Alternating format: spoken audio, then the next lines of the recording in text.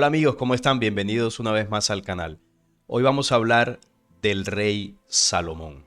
Sí, ese famoso rey del Antiguo Testamento, del pueblo hebreo, y que dentro del mundo religioso es considerado como uno de los hombres más queridos, ¿no? y apreciados por ese Dios del Antiguo Testamento. El famoso rey Salomón, el hombre más sabio del mundo.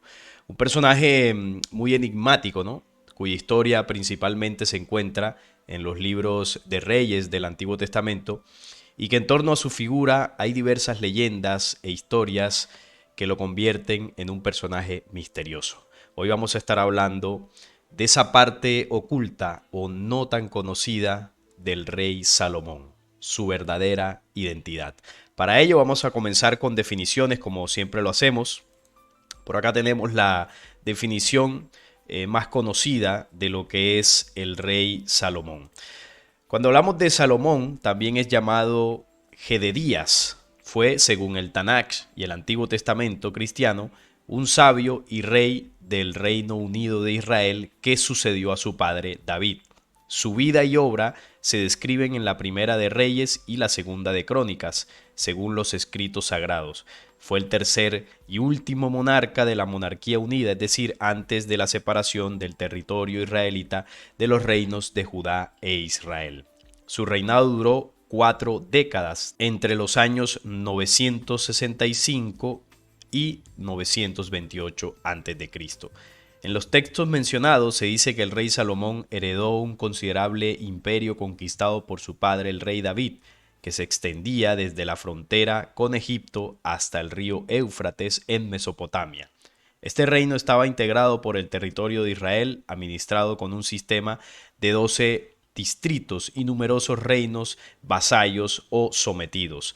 Favoreció las relaciones comerciales con los fenicios, a uno de cuyos soberanos, Hiram de Tiro, entregó 20 ciudades de Galilea.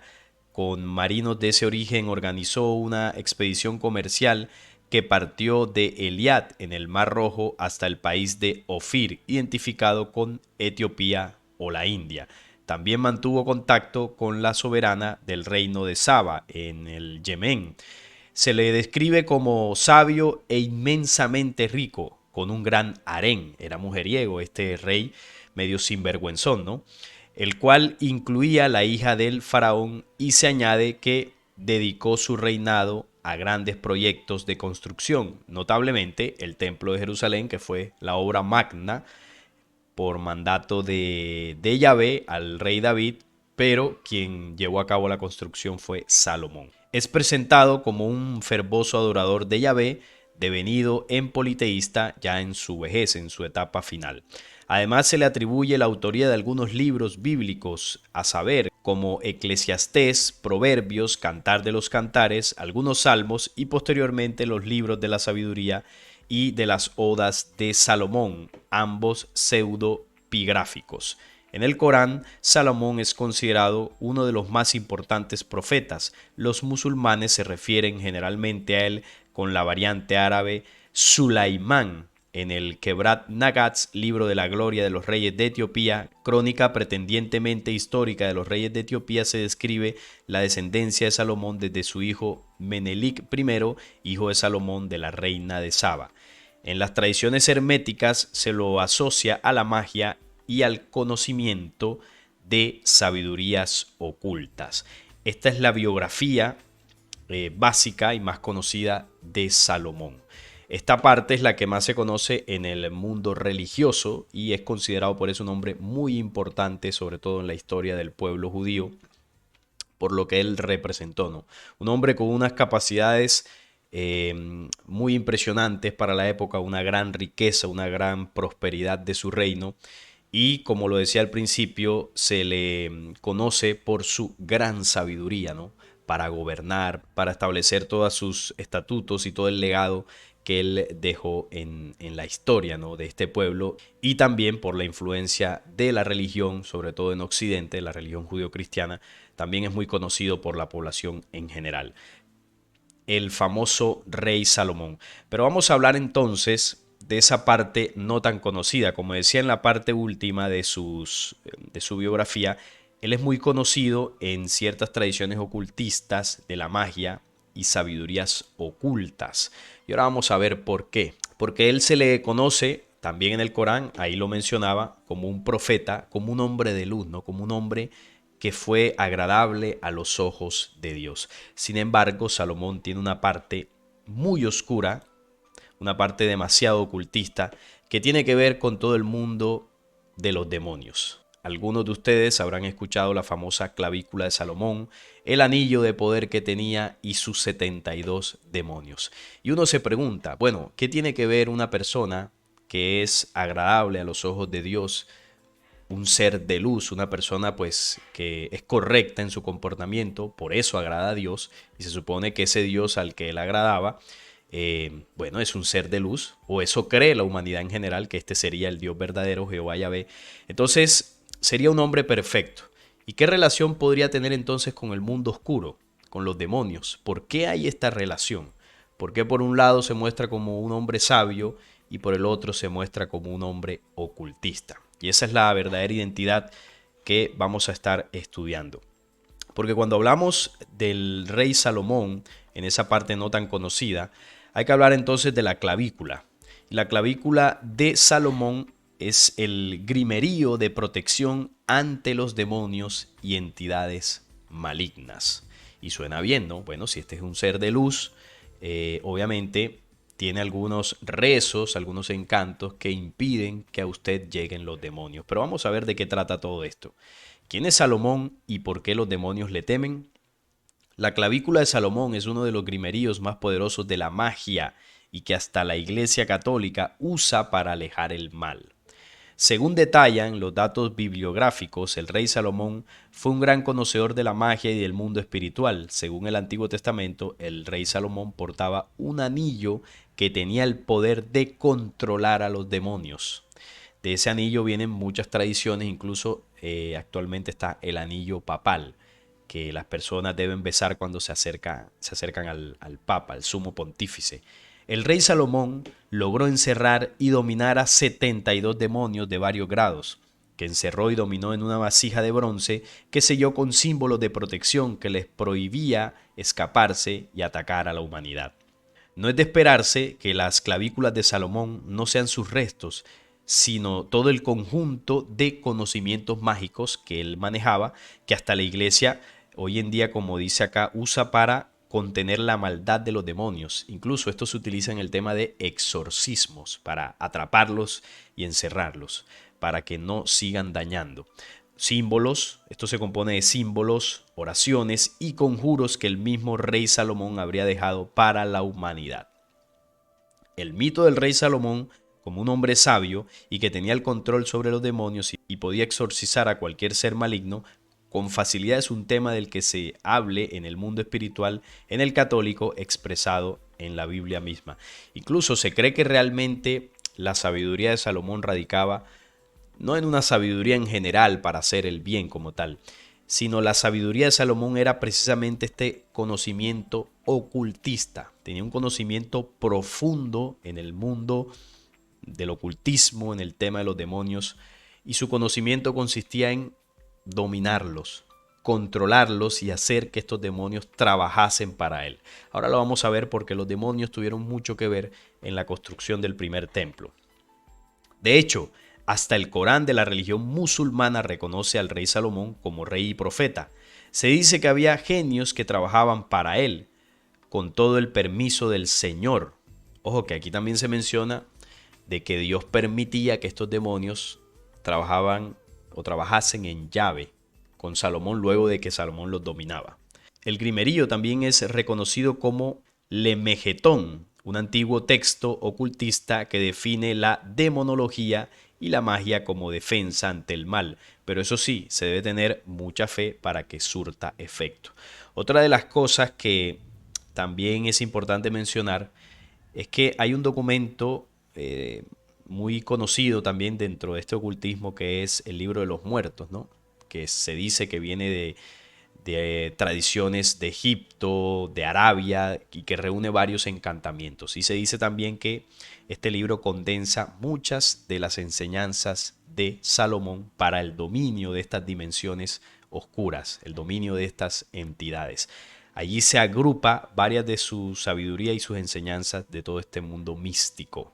Y varios personajes de la historia que han promovido estas corrientes espiritistas se han basado en estos conocimientos. Aleister Crowley, Madame Blavatsky, Allan Kardec y bueno, muchos otros que ya sabemos que han sido conocidos como padres de este mundo del ocultismo. También dentro del mismo judaísmo está el Zohar, otro documento que tiene encantamientos y rezos con ciertas palabras específicas para el dominio de estos demonios, y ahí también se recopila muchas de estos encantamientos de la sabiduría del rey Salomón. Entonces ya estamos empezando a ver esa parte que, por ejemplo, dentro del mundo religioso prácticamente no se menciona. Quizás es una parte que no quieren ver o que no consideran como verdadera, porque como esto no está en la Biblia se mencionan otras cosas de Salomón, entonces no se considera esta parte oculta, estos conocimientos del rey Salomón. Por acá tenemos esta imagen de los 72 demonios. Estos son los 72 con sus símbolos astrales, bueno, toda la simbología que encierran, ¿no? Y esto cada uno tiene sus nombres, no los vamos a poner aquí, por supuesto. Esto fácilmente usted lo puede investigar. Y estos serían los 72 demonios del rey Salomón, 72 demonios principales que trabajaban para él y que él podía dominar con su anillo. Entonces vamos a ver estos demonios, cómo trabajaban para Salomón o para qué trabajaban para él. Los demonios fueron de gran ayuda para Salomón durante la construcción del templo, ese primer templo de Jerusalén que él construyó por mandato de Jehová. Se produjo de esta manera. Cuando Salomón comenzó la construcción del templo, cuyo arquitecto o diseñador fue el masón Hiram Abib, eso también es importante mencionarlo porque el conocimiento masónico que viene del antiguo Egipto estuvo presente en la construcción de este templo. Y ahí ya sabemos que, además de la arquitectura, el tema de la arqueometría, una ciencia para la construcción que manejan los masones, que es una ciencia extraterrena que proviene de Sirio, se utilizaron ciertos códigos numéricos para la elaboración de este templo, que encierra en sí, en su construcción y numerología, todo el tema del manejo energético, ¿no? Con las columnas, los arcos, el tema de la disposición de los vitrales y también los sacrificios de sangre, por supuesto, que manejan ya una energía de muerte que es especial para la adecuación de estos lugares y la invocación y hábitat de entidades. Todo esto se utilizó desde la planificación del templo con Hiram Abib. Y por supuesto Salomón suministró todo, el dinero y los recursos que se necesitaba para la construcción. Se produjo de esta manera cuando Salomón comenzó la construcción del templo. Una vez ocurrió que un espíritu maligno se llevó el dinero y la comida de uno de los recintos favoritos del rey. Esto ocurrió varias veces y Salomón no pudo atrapar al malhechor. El rey suplicó a su Dios fervientemente que entregara al espíritu maligno en sus manos. Su oración fue concedida. El arcángel Miguel, según esta leyenda, que obviamente no fue el arcángel Miguel, porque el arcángel Miguel es un ángel de la luz, no trabaja para estos demonios, aunque del lado de la otra fuerza tienen su ángel o su versión maligna del arcángel Miguel, que es conocido actualmente como Micael Astar-Sherán. Entonces este personaje se le apareció y le dio un pequeño anillo con un sello que consistía en una piedra grabada y le dijo: toma, oh Salomón, rey, hijo de David, el regalo que el Señor Dios, el más alto, Sebaot o Sabaot, aquí este es Yahvé por supuesto, no es el Dios verdadero, te lo ha enviado. Con él encerrarás a todos los demonios de la tierra, hombres, mujeres, y con su ayuda edificarás Jerusalén, un anillo de poder, ¿no? Pero debes llevar este sello de Dios y este grabado del sello del anillo que te envío. Armado con él, Salomón llamó a todos los demonios ante él y pidió a cada uno de ellos su nombre, así como el nombre de la estrella o constelación o signo zodiacal y del ángel particular al que cada uno esté sujeto. De ahí es donde se arma toda la simbología en de estos 72 demonios, ¿no? Cada uno tiene asociado un signo zodiacal, una constelación, una estrella, toda esta simbología que se utiliza, por ejemplo, en la astrología. Por eso la astrología, que es una ciencia que parte de un principio de verdad, que es la observación, el estudio y la influencia de los astros en el planeta y en el ser humano, que esto es una verdad y antiguamente se hacía en las culturas más antiguas, se consideraba este conocimiento para entender ciertas cosas. Luego esto se mezcló con el ocultismo demoníaco y del astral y ya perdió su verdadera aplicación para la vida del ser humano. Y ya esto tiene que ver mucho con el tema del astral y bueno, esto lo hemos tocado algunas veces en el canal. La astrología moderna está más basada en todo este conocimiento antiguo del rey Salomón y la parte mística. Tiene herencia también del tema de los Anunnaki y bueno, la antigua Mesopotamia. Y todo esto se mezcló con los verdaderos conocimientos de los astros y su influencia para establecer lo que hoy en día conocemos como astrología, donde influyen conocimientos del universo que nos rodea y su interacción con nosotros, pero también la interacción del mundo ocultista y los demonios y el astral para hacer una mezcolanza de conocimientos y dar como resultado lo que tenemos hoy en día, ¿no? En la astrología. Desafortunadamente fue así. Bien, seguimos por acá. Llamó a todos los demonios y les pidió su estrella, su constelación, el ángel particular al que está sujeto cada uno. Uno tras otros, los espíritus fueron vencidos y obligados por Salomón a ayudar a la construcción del templo. O sea que los obreros del templo fueron los demonios. Ornías, el espíritu vampiro que había maltratado al sirviente de Salomón, fue el primer demonio en aparecer y se le encargó la tarea de cortar piedras cerca del templo. Y Salomón ordenó a Ornías que viniera y le dio el sello diciendo: vete y tráeme aquí al príncipe de todos los demonios. Ornías tomó el anillo y se fue a Belcebú, que es el rey de los demonios. Le dijo: ven aquí, Salomón te llama. Pero Belcebú al oírlo le dijo: dime, ¿quién es ese Salomón del que me hablas? Entonces Ornías arrojó el anillo al pecho de Belcebú diciendo: el rey Salomón te llama. Pero Belcebú gritó en voz alta y lanzó una gran llama de fuego ardiente. Se levantó, siguió a Ornías y fue a servir a Salomón. Y fue a ver a Salomón. Se presentó ante el rey y le prometió reunir a todos los espíritus inmundos. Belcebú procedió a hacerlo, comenzando por Onoskelis, que tenía una forma muy bonita y la piel de una mujer de tez clara, y fue seguido por Asmodeus, ambos dando cuenta de sí mismos. Asmodeus, el demonio de la lujuria. ¿Y por qué atrajo Salomón también al demonio de la lujuria? Bueno, ya sabemos el desorden sexual que tenía Salomón. Tenía un harén, tenía muchísimas mujeres y ese primer templo, además del tema de los sacrificios de sangre y todos los rituales que Salomón hacía allí con sus encantamientos, era un bacanal sexual. Era tremendo la energía que se emanaba, la energía sexual depravada que se emanaba en ese primer templo. Tanto así que Asmodeo, demonio de la lujuria, habitaba en ese templo, alimentado por todas estas energías. Y la prueba de que esto es así la tenemos en la Biblia cuando vamos a Primera de Reyes 11, donde habla de la apostasía y dificultades de Salomón. Y dice: pero el rey Salomón amó, además de la hija del faraón, a muchas mujeres extranjeras, a las de Moab, a las de Amón, a las de Edom, a las de Sidón y a las Eteas. Es decir, era sin vergüenza el señor Salomón. Tenía, mejor dicho, un harén grandísimo. Gentes de las cuales Jehová había dicho a los hijos de Israel: no os llegaréis a ellas, ni ellas se llegarán a vosotros, porque ciertamente harán inclinar vuestros corazones tras sus dioses. A estas, pues, se juntó Salomón con amor.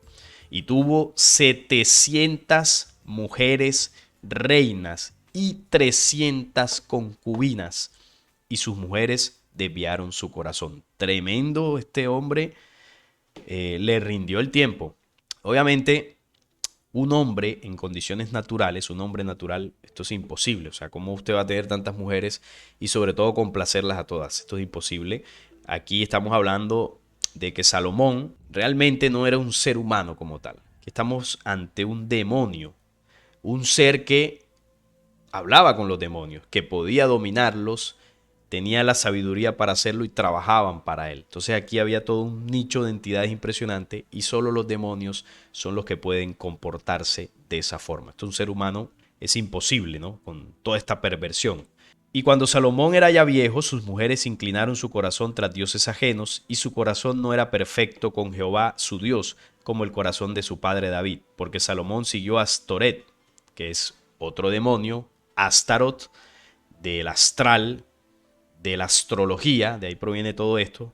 De este personaje también mencionamos en uno de los programas que hicimos, que proviene también de uno de los dioses de la antigua Sumeria. Si no estoy mal, el nombre es Ishtar, una de las diosas de la antigua Sumeria, y bueno, de ahí viene todo lo que ya he mencionado. Diosa de los sidonios, y a Milcón, ídolo abominable de los amonitas. E hizo Salomón lo malo ante los ojos de Jehová, y no siguió cumplidamente a Jehová como David su padre. Entonces edificó Salomón un lugar alto en Quemos, ídolo abominable de Moab, en el monte que está enfrente de Jerusalén, y a Moloc, ídolo abominable de los hijos de Amón.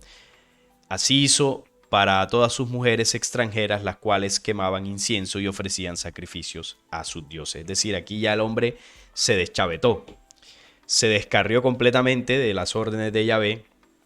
Y bueno, a pesar de eso, Jehová sí se molestó con él, pero no lo castigó fuertemente, ni lo asesinó, ni nada de eso. Él murió simplemente alejado de los principios, ¿no?, que Yahvé esperaba de él durante toda su vida. Sin embargo, fue un fiel sirviente durante mucho tiempo. Y esta era la joyita del rey Salomón, considerado en el mundo cristiano, en el mundo del judaísmo, como un personaje ejemplar. Vea, si uno sigue este ejemplo, téngalo por seguro que va a terminar mal. Salomón representa lo que uno jamás debería de hacer. Ni tema de demonios, ni todo este harén de mujeres, ni desborde sexual, ni sacrificios, ni ninguna sabiduría ocultista. Eso es lo contrario a lo que uno debe hacer si quiere ser realmente un ser humano de bien y con una gran sabiduría. Esto no es sabiduría, esto es brutalidad y estupidez. Seguimos por acá. La verdadera identidad de Salomón. Entonces Salomón no solamente es conocido dentro del mundo del judaísmo o del Corán, como ya mencionábamos ahorita, en el Corán se le conoce como Suleimán, y tampoco en el cristianismo. Hay otras culturas que hablan de este ser, ya no considerado como un rey sabio, sino yo diría que es una visión más ajustada a lo que realmente es este personaje. Jabulón, dios de los Chitauri. Los Chitauri es aquella raza reptil que se conoce en historias y leyendas de África. Esta historia la dio a conocer muy bien Credo Mutua, un chamán del África que fue muy famoso por sacar a la luz ciertas historias de las cuales se han nutrido las tradiciones orales de ciertas tribus de África. Incluso hay muchas prácticas que hoy en día estas tribus tienen que son heredadas de la influencia de estos seres. Lo que me pareció interesante fue su mención de la antigua ciudad subterránea de cobre, donde supuestamente vive Jabulón, el líder de los Chitauri, según Credo Mutua. Creemos que Jabulón es el líder de los Chitauri. Él es el viejo, y uno de los nombres en el idioma africano, señor, es Umbaba Samaongo. El señor rey significa. El gran padre de los ojos terribles, porque creemos que Jabulón tiene un ojo que si lo abre, mueres si te mira. Entonces aquí está el símbolo del ojo, ¿no? El ojo que todo lo ve, que está en el billete de $1. Es una referencia importante. Se dice, señor, que el Umbaba huyó de una tierra oriental durante una lucha de poder con uno de sus hijos y se refugió en el África Central. Una tierra oriental, de Oriente, ¿no? Recordemos que la historia de Salomón es en Oriente, por allá en tierra de Israel, donde se esconde en una cueva bajo tierra. Señor, se dice que bajo las montañas de la luna de Zaire, en el Congo, se encuentra esta gran ciudad de cobre, de muchos miles de edificios brillantes. Allí habita el dios Umbaba o Jabulón, y este dios está esperando el día en que en la superficie de la tierra sea limpiada de seres humanos para que él y sus hijos, los Chitauri, puedan salir y disfrutar del calor del sol. Entonces miren dónde se esconde Jabulón con sus demonios, bajo tierra. La famosa Agartha Shambhala. Se esconden ahí de la vista de los seres humanos y están esperando el momento específico para salir a la superficie. Y de esto vamos a hablar un poco al final. Otra referencia de Salomón la encontramos en las crónicas de Acacor. Entonces pasamos de África a las tierras de América, no América del Sur. Y aquí es conocido como Samón. Tan solo los hermanos Lasha y Samón no regresaron al lugar de sus padres antiguos. Lasha se estableció en Acacor, Samón voló hacia el este y fundó su propio imperio, el imperio del rey Salomón, que ya lo hablábamos ahorita.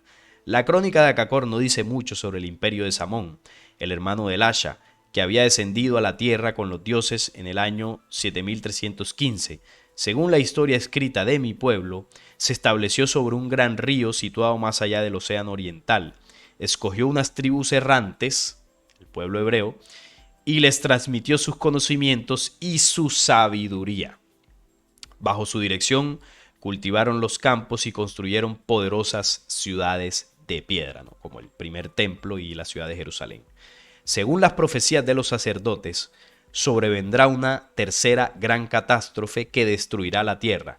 La catástrofe se iniciará allí donde Samón establecerá su gran imperio. Esto ya es a futuro porque esto es una profecía. Esto no se cumple en el momento del primer templo ni de ese imperio de Salomón. Esto es para el tiempo del fin. Entonces, ¿cuándo establecerá Samón nuevamente su gran imperio? En el tiempo del fin, con el tercer templo. En este país estallará una guerra que lentamente se irá extendiendo por toda la tierra. Los blancos bárbaros se destruirán los unos a los otros con armas más brillantes que 1000 soles. Esta es la Tercera Guerra Mundial y habla aquí ya de armamento nuclear, ¿no? El conflicto de Oriente entre judíos y palestinos seguramente tendrá mucho que ver en todo este panorama de guerra. Solamente unos pocos sobrevivirán a las grandes tempestades de fuego, y entre ellos se encontrará el pueblo de los Ugamungulala que se ha refugiado en las residencias subterráneas. Entonces aquí ya muestra al final la esperanza de los pueblos del sur. Esta es la referencia entonces de las crónicas de Acacor y viene con profecía a bordo, hablando de ese futuro imperio de Samón donde lo establecerá nuevamente y estallará una guerra, Tercera Guerra Mundial. Así que aquí vemos la señal en otra profecía, en este caso de Acacor, que muestra ese territorio como una de las señales más fuertes que indican ese espacio-tiempo del fin, la reconstrucción del tercer templo, señal clave para el desenlace final de esos acontecimientos. Además hay otra referencia ya en la parte del cine y en la parte de algunos libros de la literatura, y aquí ya se le conoce como Sauron. Recuerden, el Señor de los Anillos, se menciona este personaje. También es conocido como Anatar Gortur, el nigromante, el Señor Oscuro, y como el Señor de los Anillos. Salomón tenía un anillo. Entonces vemos cómo estas historias se basan en hechos reales o en tradiciones de la antigüedad.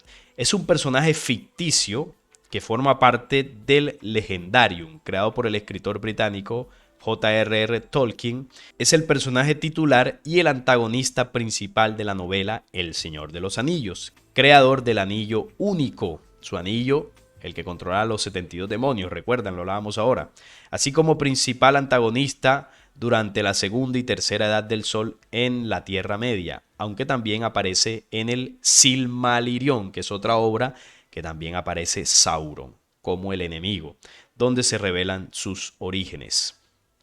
Aquí vemos el ojo de Sauron, aquí al lado derecho, y tiene relación también con lo que leíamos de Jabulón, de los Chitauri, ¿no? Que tenía un ojo que si lo veías morías inmediatamente. Entonces vemos cómo esto tiene relación, lo de los Chitauri, con estas historias literarias de Sauron, con Samón de la crónica de Acacor.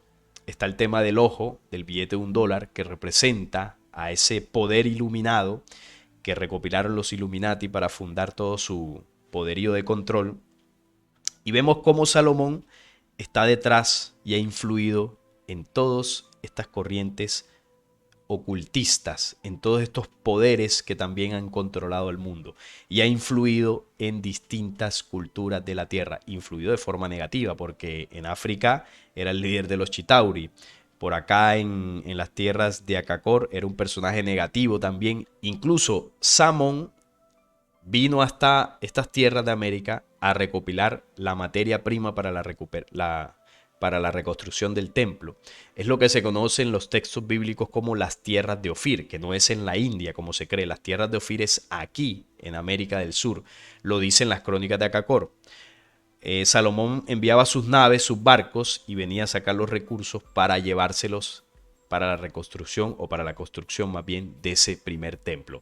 Esto es una acción que los poderes y grandes potencias actuales siguen teniendo, ¿no? Explotando recursos naturales de otros lugares para llevárselos a sus países y allí construir grandes riquezas. Es algo que replicó también Cristóbal Colón, ¿no? Cuando vino y se llevó todo el oro y los recursos. Eso ya lo había hecho Salomón tiempo atrás. Entonces aquí vemos las referencias y vamos atando cabos, ¿no? De cuál es su verdadera identidad. Obviamente no estamos frente a un personaje de luz, ante un personaje sabio, sino estamos ante la manifestación del espíritu de oscuridad que invadió este planeta Tierra hace miles de años y se ha manifestado en distintas culturas. Y siempre ha dejado una huella y una influencia negativa, por supuesto. Entonces aquí hay que hablar de ese espíritu Salomón.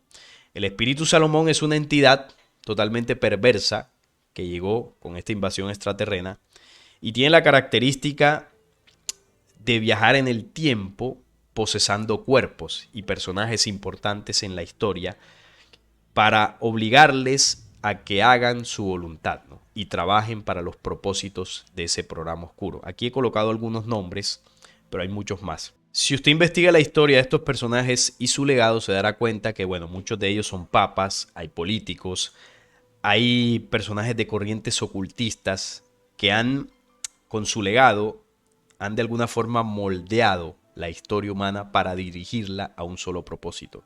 Y es entregar el planeta entero y su humanidad bajo el control de esta entidad.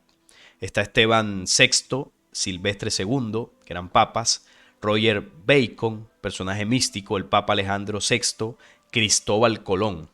Cristóbal Colón fue un personaje que fue habitado por esa entidad Salomón. El conde Saint Germain, ¿no? El padre de la metafísica, que muchos adoran como un gran maestro ascendido. No, este es un personaje completamente oscuro. Y el mismo Aleister Crowley, también uno de los padres de todas estas corrientes místicas, que lo que hacen es, y ayudan con todo el conocimiento místico que dejó Salomón, ayudan a que las entidades que vagan en el Sonei pasen a esta dimensión a través del astral, para sustraer como alimento la energía vital de los seres humanos. Este es el legado que estos personajes dejaron. Entonces Salomón generó y entregó todo el conocimiento místico de encantamientos para poder hacer que estas entidades se manifiesten.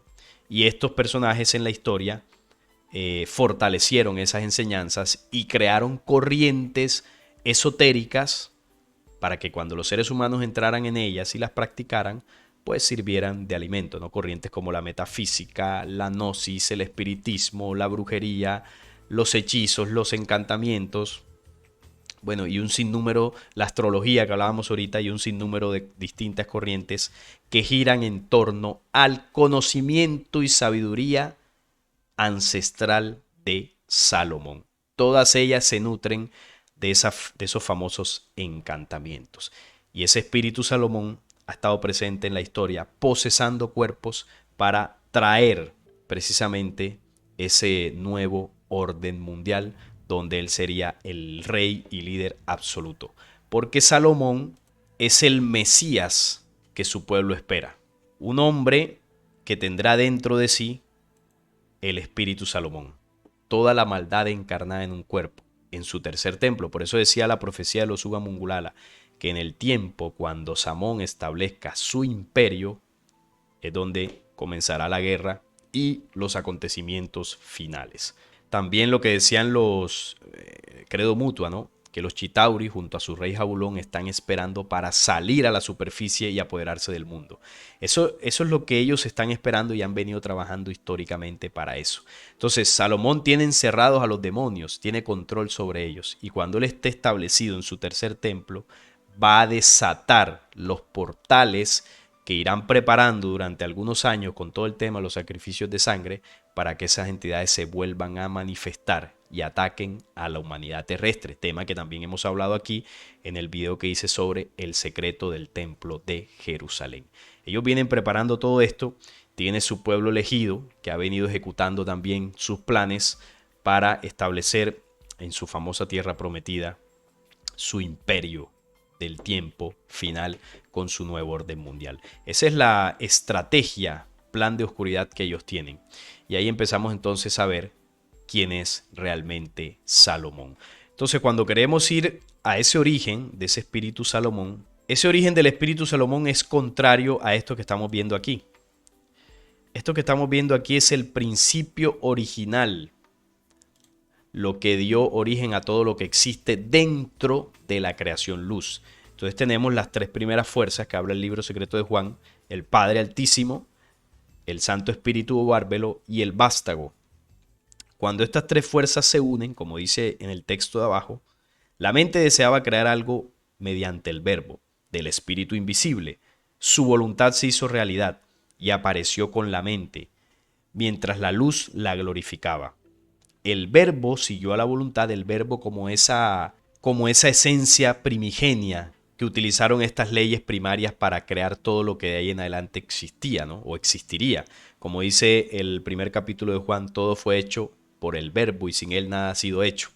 Entonces el verbo siguió la voluntad, pues Cristo, aquí es donde aparece el Cristo, el Dios producido por sí mismo, lo creó todo mediante el verbo. O sea que el Cristo, que son las leyes de la vida unidas para crear, esto que vemos aquí en los círculos, son todas las leyes conjugadas, unidas en un solo propósito, y es crear vida. El Cristo es la ley de la vida. Vemos que cuando se unen hay un cristal. El Cristo, a través de esta ley, se manifiesta la creación original. Y mientras la creación se mantenga fiel a este principio, será verdadera y será pura en la luz. Y de estas leyes y de estos principios fue que nos habló Jesús, un hombre que encarnó el Cristo como ley en un humano para mostrarle al humano de la tierra cómo es un ser humano conectado a esa ley, conectado a la ley del Cristo, cómo piensa, cómo se comporta, cómo habla, cómo es en su esencia en general. Y este es el patrón y principio original del Cristo. Entonces, cuando nosotros queremos entender el origen del anticristo, pues hay que ver todo lo contrario. Y en el mismo libro secreto de Juan nos los muestra por acá. Aquí lo tenemos en un extracto, lo que el libro secreto enseña, ¿no? Dice: este gobernante penumbroso, que es el origen de la oscuridad que se desprendió de Sofía, tiene tres nombres. El primer nombre es Yaldabaoth, el segundo es Saclas y el tercero es Samael. Entonces, el principio de oscuridad copió el principio de la luz, porque el principio de la luz tiene tres esencias: el Padre, Bárbelo y el Vástago. Pues la oscuridad copió esto y tiene sus, no tres esencias, sino tres baos, ¿no? Tres entidades: Yaldabaoth, Saclas y Samael. Entonces, esa es la trinidad satánica, ¿no? Lo que representa el famoso tridente del diablo o de Lucifer. Entonces, derivado de esta trinidad, se desprendió todos los espíritus de oscuridad y todo el espíritu de oscuridad que luego invadiría mundos. Es malo debido a la estupidez que hay en él, pues dijo: yo soy Dios y no hay otro Dios aparte de mí, toda vez que no sabía de dónde había salido su propia fuerza. Los gobernantes crearon para sí mismos 7 poderes. Los poderes a su vez crearon para sí mismos 6 ángeles cada uno, hasta que hubo 365 ángeles, o más bien demonios. Entonces aquí vemos cómo se originó todo el programa de oscuridad con todos sus demonios, todas sus entidades y sus 3 nombres iniciales o sus tres fuerzas que generaron todo esto. Este principio es el origen del espíritu Salomón, de ese espíritu entidad de oscuridad. Como lo vemos ahí abajo, este es el espíritu Salomón, y aquí ya no sería el Cristo, porque aquí no se están generando leyes para la vida, sino aquí es el anticristo. Esto es lo contrario al principio original que vimos en la imagen anterior. Y este principio lo que busca es, en vez de crear, destruir, acabar con la vida. Y este espíritu Salomón llegó hace miles de años con la invasión extraterrena de razas negativas que vinieron aquí a instaurar su control y su imperio de muerte, porque el objetivo de ellos es apoderarse del planeta y de la humanidad para destruirnos por completo, porque su esencia es la brutalidad, la estupidez, la muerte, y así han hecho con humanidades anteriores antes de llegar aquí. Y esta es la verdadera identidad de Salomón, un espíritu despreciable de oscuridad que vagó durante miles de millones de años en otros mundos destruyendo humanidades, hasta llegar a este planeta Tierra, donde también estableció sus poderes de control y su imperio.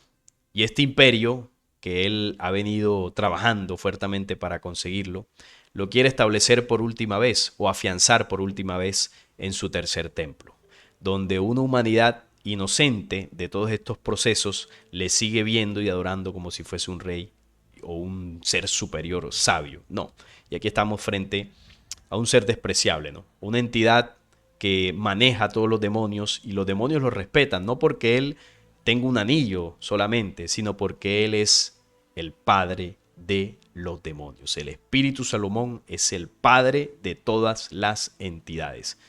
Es el superior, es su rey, y por eso le obedecen. Y cuando llegue el tercer templo, desatará todas sus entidades para que hagan y deshagan en este planeta. Pero ese espíritu despreciable llegará a su fin cuando la luz de la justicia brille también en ese tiempo a través de la fuerza de los cuatro elementos y de la energía del sol que viene llegando para quemar estas entidades de baja vibración. Y ese es el poder del verdadero Miguel, no del Miguel este que ellos copian en sus corrientes oscuras. Miguel es la justicia del sol manifestada en el planeta Tierra. Energía que quemará y destruirá estas entidades para que desaparezcan para siempre, no quede rastro de ellos y la humanidad pueda seguir avanzando de una forma más contundente sin estos procesos que nos han controlado y atrasado. Ese sería entonces el espíritu Salomón, ¿no? La verdadera identidad del rey Salomón. Espero que les haya gustado este video, que les haya aportado algún conocimiento de su interés para entender realmente quién fue este personaje. En las religiones se le adora, se le valora muchísimo, pero obviamente no contemplan esta otra cara, ¿no? Que sería realmente su verdadera cara, la verdadera cara de el rey Salomón. Pero ya muchas personas se están dando cuenta de esto y entendiendo el plan oscuro que hay detrás de todo esto. Si les gustó este video, les agradecería un like, la suscripción a este canal y compartir esta información. Estaré leyendo sus mensajes y sus opiniones sobre este tema. Les envío un fuerte abrazo y nos vemos en una próxima ocasión.